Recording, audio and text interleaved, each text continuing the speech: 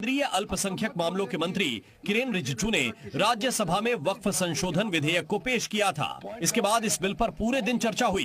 देर रात राज्यसभा में वक्फ बिल पर वोटिंग हुई। बिल के पक्ष में 128 वोट और विपक्ष में 95 वोट डाले गए।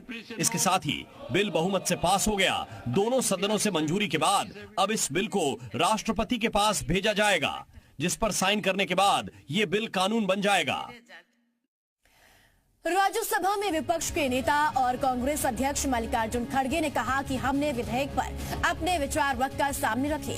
उन्होंने नकारात्मक रूप अपनाया और वे इसे आगे बढ़ा रहे हैं। अनकॉन्स्टिट्यूशनल ऐसा कुछ भी नहीं है, ये बात रखी गई है और ये मुस्लिमों के फायदे के लिए।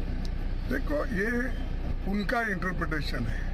हमारा इंटरप्रिटेशन जो है हमने उनके सामने रखा, लेकिन अगर वो नहीं मानते हैं तो इसका मतलब है कि पहले से वो नकारात्मक स्टैंड लिए हैं, वो उसको आगे चला रहे हैं।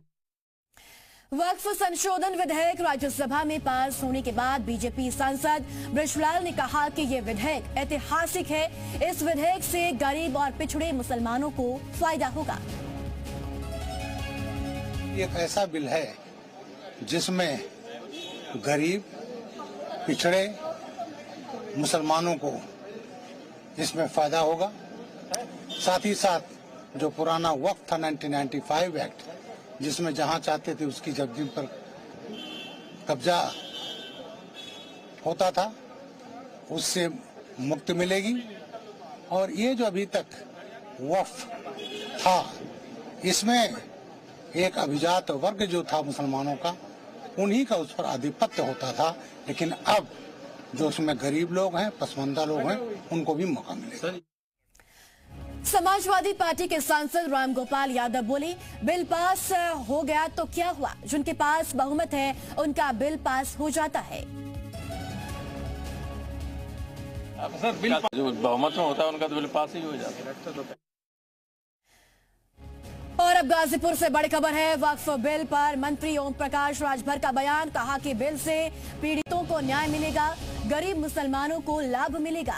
इसी के साथ साथ राजभर ने कहा कि मुसलमानों का हक हड़पने वाले परेशान हैं, सिर्फ वोट की राजनीति विपक्ष कर रहा है।